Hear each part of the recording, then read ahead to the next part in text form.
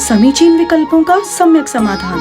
सुनिए परम पूज्य श्रमण श्री सुप्रभ सागर जी महाराज के मुखारबिंद से YouTube चैनल सुप्रभ उवाच पर शुभाशीष परम पूज्य श्रमणाचार्य 108 श्री विशुद्ध सागर जी महाराज। सानिध्य श्रमण सुप्रभ सागर जी महाराज, श्रमण प्रणत सागर जी महाराज। पुण्य आर्जक श्रीमती मधुबाला सुरेश चंद जी पाटोदी, बेटी दामाद श्रीमती विनीता अर्पित जी पहाड़िया मंडीदीप, बेटे बहू मोहित अंकिता पाटोदी, रोहित मुस्कान पाटोदी, अभी नैवेद्य जीने भव्य एवं समस्त पाटोदी परिवार। जैन बर्तन भंडार छिंदवाड़ा। ओम नमः सदेव। नमो नमः सतहितं कराय वीराय भव्याम्बुजभास्कराय अनन्तलोकाय सुरार्चिताय देवादिदेवाय नमो जिनाय देवादिदेवाय नमो जिनाय। अनंत अनंत सिद्ध परमेष्टि भगवान की, वर्तमान शासन नायक भगवान महावीर स्वामी की, परम पूज्य आचार्य भगवंत गुरुवर विशुद्ध सागर जी मुनि महाराज की, परम पूज्य मुनि श्री सुप्रभ सागर जी महाराज की।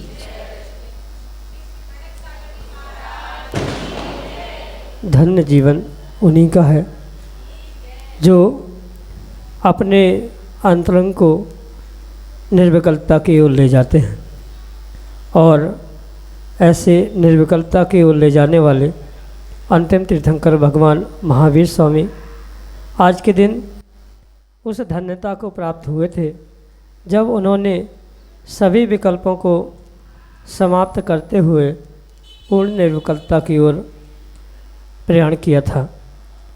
और वास्तविकता में संसारी जीवों की धन्यता उस मन की निर्विकल्पता में ही है, क्योंकि जहाँ विकल्प है वहाँ संसार है, और उस संसार से छूटने का एकमात्र उपाय मन के विकल्पों को समीचीनता के साथ उनका सम्यक रूप से समाधान प्राप्त करना।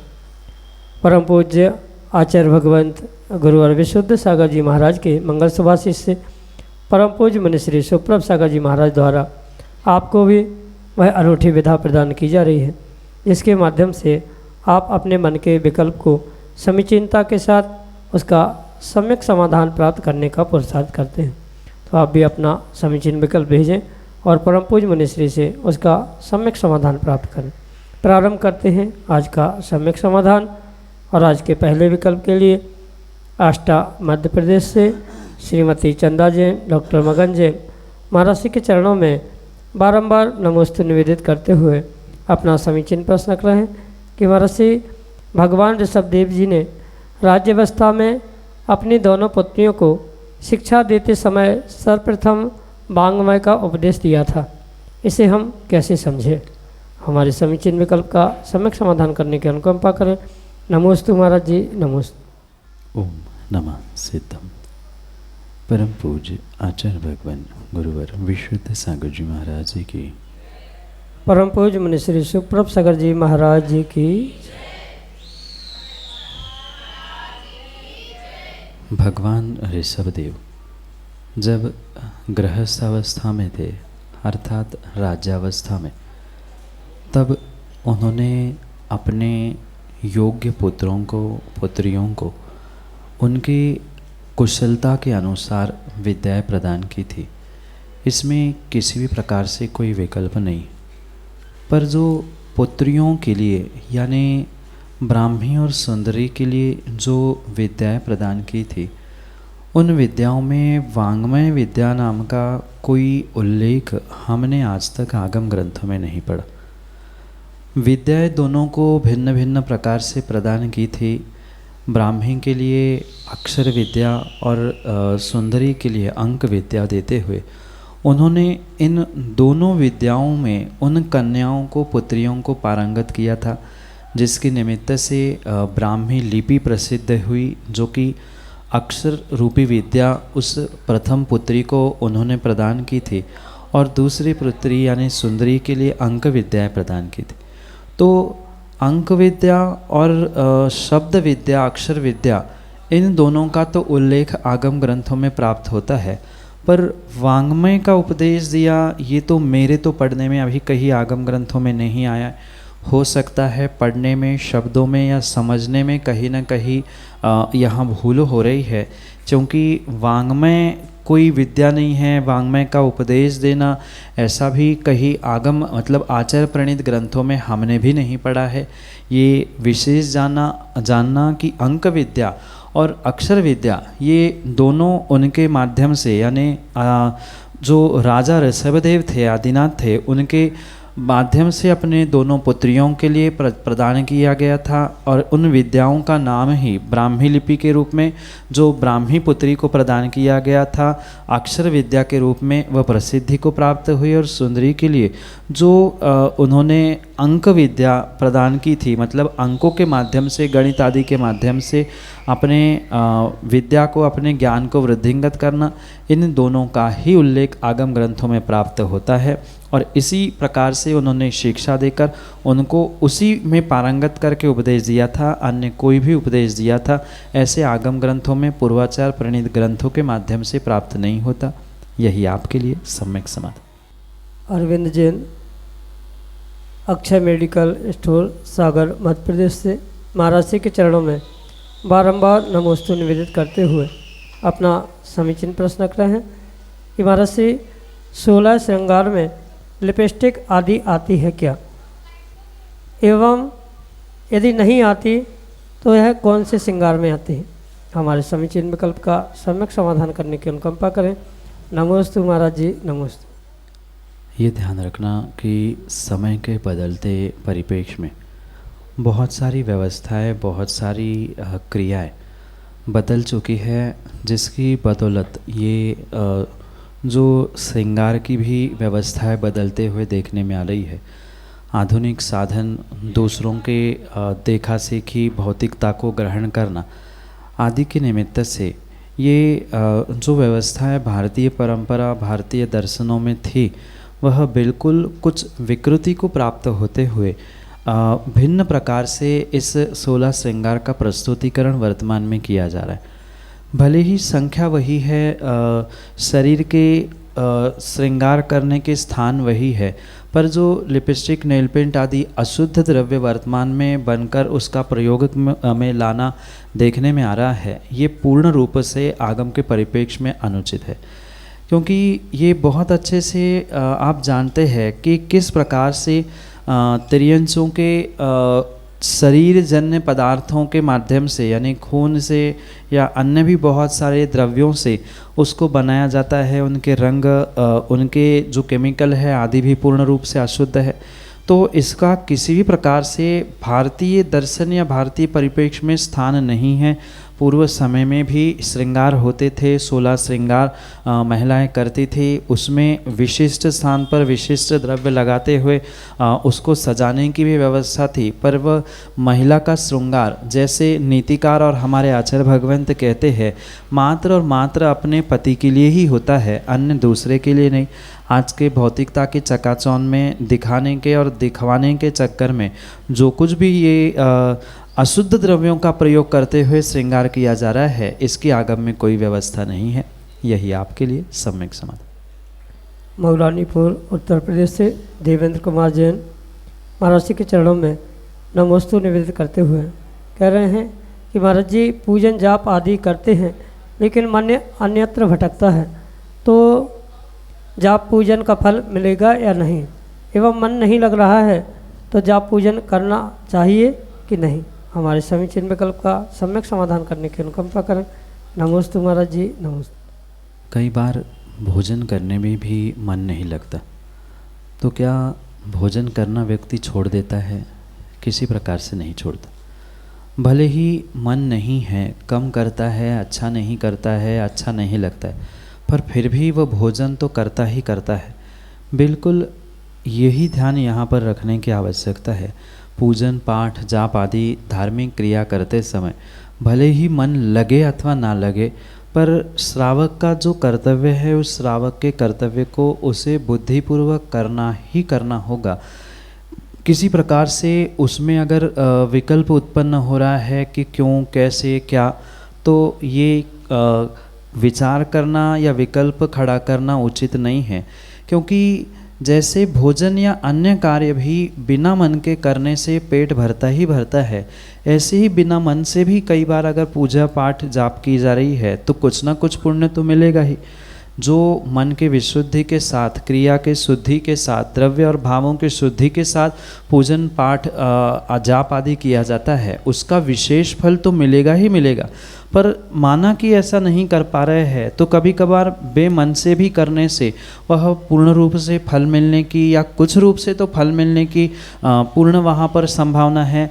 मन योग यानी मन से तो पुण्य का आश्रव नहीं हो रहा है, पर शरीर से किया जाने वाला पुण्य का जो कार्य है, शुभ योग है, शुभ काय योग है, उसके निमित्त से स्वाभाविक रूप से पुण्य का आश्रव होगा ही होगा। इसमें कोई भी किंचित भी किसी भी प्रकार से विकल्प करने की आवश्यकता नहीं है। पूजन जाप आदि का फल आपको बेमन से करने पर भी मिलेगा। पुनः ध्यान रखें, जो विशेष यानी बहुत सारा पुण्य का फल आपको मिलने वाला था, मन वचन काय तीनों के पुण्य क्रिया के निमित्त से, वह मात्र काय के मतलब शरीर से करने वाले पुण्य क्रिया के कारण से शुभ योग के निमित्त से वह प्राप्त हो सकता है। इसलिए जब जैसा बने, बहुत अच्छी बात है कि मन लगाकर ही पूजन करने का प्रयास करे, स्थान बदल कर देखने का प्रयास करे, वेदी बदल कर देखने का प्रयास करे, समय बदल कर पूजन करने का प्रयास करे, पूजन जो प्रतिदिन करते हैं उनको बदल कर करने का प्रयास करे। कभी न कभी कहीं न कहीं मन लगने की संभावना है, और मन लगने लग जाएगा तो विशेष फल मिलेगा ही मिलेगा। और मन नहीं भी लग रहा है तो भी अल्प फल तो आपको उस शरीर की शुभ क्रिया के माध्यम से मिलेगा ही मिलेगा। यही आपके लिए सम्यक समाधान। काव्या जैन, शहादतगंज, लखनऊ, उत्तर प्रदेश से महाराज जी के चरणों में बारंबार नमस्तु निवेदित करते हुए अपना समीचीन प्रश्न कर रहे हैं कि महाराज जी, माला फेरते समय अंगूठा का यूज क्यों नहीं करते? हमारे समीचीन विकल्प का सम्यक समाधान करते हुए हमारा मार्गदर्शन करें। नमोस्तु महाराज जी, नमस्ते। जाप करते समय इस्तेमाल किए जाने वाले उंगलियों का अपना अपना विशेष फल है। जो 5 उंगलियां हाथों में हैं, उनमें कौन से उंगली से जाप करने से या माला फेरने से क्या फल मिलता है, इसका विस्तार से व्याख्यान आगम ग्रंथों में किया है। कुछ दिन पहले भी इसे हमने बहुत विस्तार से समझाने का भी प्रयास किया था कि किस उंगली से जाप करने से क्या विशेष फल व्यक्ति को माला फेरने से प्राप्त होता है। और जैसे सब उंगलियों के जाप करने का अपना अपना फल है, ऐसे ही अंगूठे से किए जाने वाले जाप का फल समझाते हुए आचार्य भगवंत कहते हैं कि जो अंगूठे से जाप किया जाता है, माला फेरी जाती है, वह कभी भी फल देने वाला फल नहीं है। यानी उसका किया गया जाप निष्फल होता है, निरर्थक होता है। कहीं भी जिस उद्देश्य से जाप की जाती है, जैसे नमोकार मंत्र भी पढ़ा जा रहा है, तो नमोकार मंत्र का भी जो सुख शांति के समृद्धि के रूप में फल देने वाला कार्य है, वह वहाँ पर निष्फल होता है। क्योंकि जैसे सामान्य भाषा में भी इसे ठेंगा कह लेते हैं अंगूठे को, तो उस अंगूठे से किया जाने वाला कार्य यानी अंगूठे से किया जाने वाला जो जाप है, माला फेरना आदि कार्य है, वह पूर्ण रूप से निष्फल ही होता है, निरर्थक ही होता है। जैसे अन्य अंगुलियों का अपना अपना फल लिखा है, ये ध्यान रखना, अंगूठे का फल ही निष्फलता के रूप में कहा है। मतलब जो उद्देश्य से आप जाप कर रहे हैं, वह उद्देश्य कभी भी किसी भी प्रकार से अंगूठे से जाप करने से फलीभूत हो ही नहीं सकता। इसलिए इन 2 उंगलियों में पकड़कर इस उंगली से या अन्य उंगलियों का प्रयोग करते हुए ही जाप करने की आवश्यकता है। जैसा जाप है, जैसे कार्य की सिद्धि है, वैसे उसके लिए उस उंगलियों का चयन करने की आवश्यकता है। पर पुनः ध्यान दें, अंगूठा निष्फलता की ओर, निरर्थकता की ओर इंगित करता है। उससे करने वाला जाप निष्फल और निरर्थक होने के कारण से अंगूठे का यूज माला फेरते समय, जाप करते समय नहीं करना चाहिए। यही आपके लिए सम्यक समाधान। राज पाटौदी, डालीगंज, लखनऊ, उत्तर प्रदेश से अगले समीचीन विकल्प के नमस्ते महाराज। मेरा प्रश्न ये था कि जो कलश हम लोग लेते हैं उसमें जो सामग्री रहती है, तो अभी जो सफाई करते हैं तो उसमें सारे कलश सारी सामग्री जमा होती है, तो उसका क्या करें हम लोग? माँ, कलश और कलश में रखी हुई जो सामग्री है वह पूर्ण रूप से मांगलिक द्रव्य के रूप में स्वीकार की जाती। मात्र कलश ही नहीं, अपितु कलश में रखी हुई हल्दी, सुपारी, चावल आदि आदि जो भी द्रव्य सामग्री है वह मांगलिक द्रव्य होने के कारण से उसका श्रावक अपने अनुकूलता से प्रयोग कर सकता है। उसमें किसी प्रकार से कोई विकल्प उत्पन्न करने की बिल्कुल भी आवश्यकता नहीं। कहने का तात्पर्य ये है, जो भी उसमें द्रव्य रखा है उसका आप पुनः रीयूज कर सकते हैं। जैसे चावल है तो भगवान को चढ़ाने के लिए जो सुपारी या फल और कुछ रखा है, लौंग आदि रखा है, जो हम पूजा में प्रयोग में ला सकते हैं, उनका पूजा में प्रयोग लिया जा सकता है। जैसे हल्दी आदि है वो उसका भी प्रयोग स्वयं के सेवन के लिए किया जा सकता है, या दूसरे के लिए कहीं अन्यत्र किसी कार्य के लिए हल्दी का प्रयोग करना है, हल्दी की गांठ इस्तेमाल करनी है तो उसको वैसे ही किया जा सकता है। क्योंकि ये ध्यान रखें, ये मांगलिक द्रव्य है, ये किसी प्रकार से कोई निर्माल्य नहीं है। जो सच्चे देवशास्त्र गुरु को मंत्रों के साथ समर्पित किया जाता है वही निर्माल्य है। और ये निर्माल्य ना होने के कारण से अपनी अनुकूलता से, यानी आप चाहे भोजन में खाने के लिए प्रयोग कर सकते हैं, दूसरों के लिए देने के लिए प्रयोग में लाया सकते हैं। जैसे कई बार ओली भरी जाती है, कहीं गोद भराई होती है, तो वहाँ उन द्रव्यों का प्रयोग किया जा सकता है। भगवान को चढ़ाने में प्रयोग किया जा सकता है, स्वयं को खाने के लिए भी उसका प्रयोग किया जा सकता है। अन्यत्र कहीं हमें भेंट में देना है तो भी उसका प्रयोग किया जा सकता है। ये पुनः पुनः ध्यान रखें, ये मांगलिक द्रव्य है, उसका मालकियत हक पूर्ण रूप से श्रावकों का है। श्रावक अपने हिसाब से उसको जिस प्रकार से चाहे उस प्रकार से प्रयोग में ला सकता है। किसी प्रकार से इसमें कोई विकल्प नहीं है कि ये मात्र भगवान को चढ़ाना चाहिए या उसको फेंक ही देना चाहिए। बिल्कुल फेंकने की आवश्यकता नहीं है। अगर उसकी मर्यादा मर्यादित है, मतलब सफाई के समय में आपने निकाल दिया और पुनः सफाई करके उस कलश में पुनः भरकर थोड़ा सा कपूर या और कोई ऐसा सुगंधित द्रव्य या पारा डाल दिया, तो वह वस्तु और लंबे समय तक सुरक्षित रहती है। मतलब कपूर और पारा डालने से एनर्जी भी बढ़ेगी, द्रव्य भी खराब नहीं होगा। वह मंत्र जो कलश के द्वारा आपको मिला है, क्योंकि कलश मंत्रित होते हैं तो वह द्रव्य भी अपने आप अंदर के मंत्रित होते हैं, तो फेंकने की जगह उसका अगर अच्छी कंडीशन में वे द्रव्य है, सामग्री है, तो उसको बहुत अच्छे से पुनः और व्यवस्थित करके शोधन करते हुए कपूर, धूप या पारा आदि डाल के हुए पुनः रखते जाए, पुनः अगले साल साफ करें, पुनः डालें। क्योंकि उससे जो ऊर्जा मिलेगी वह घर को एक सकारात्मकता देने वाली हो सकती है।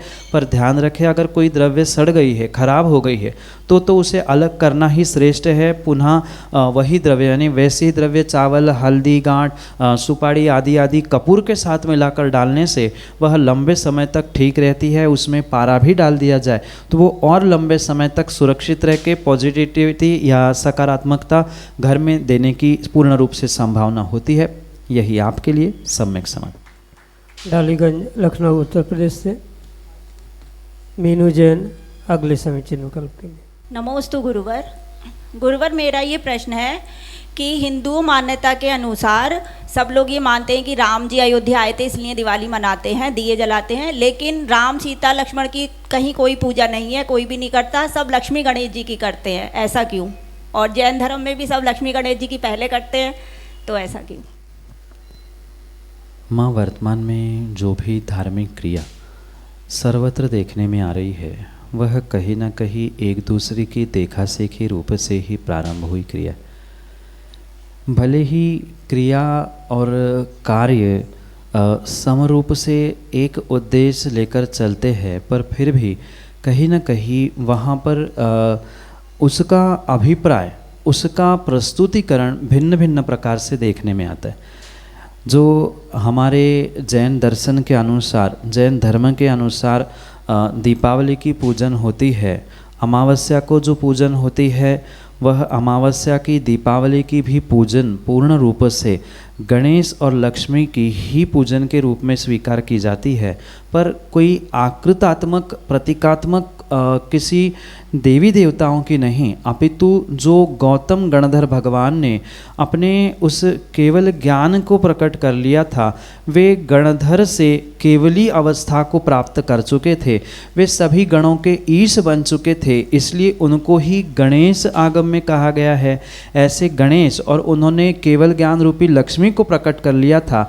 इस अभिप्राय से गणेश और लक्ष्मी की पूजा दीपावली के दिन में शाम के समय में दीपक प्रज्वलित करते हुए की जाती है।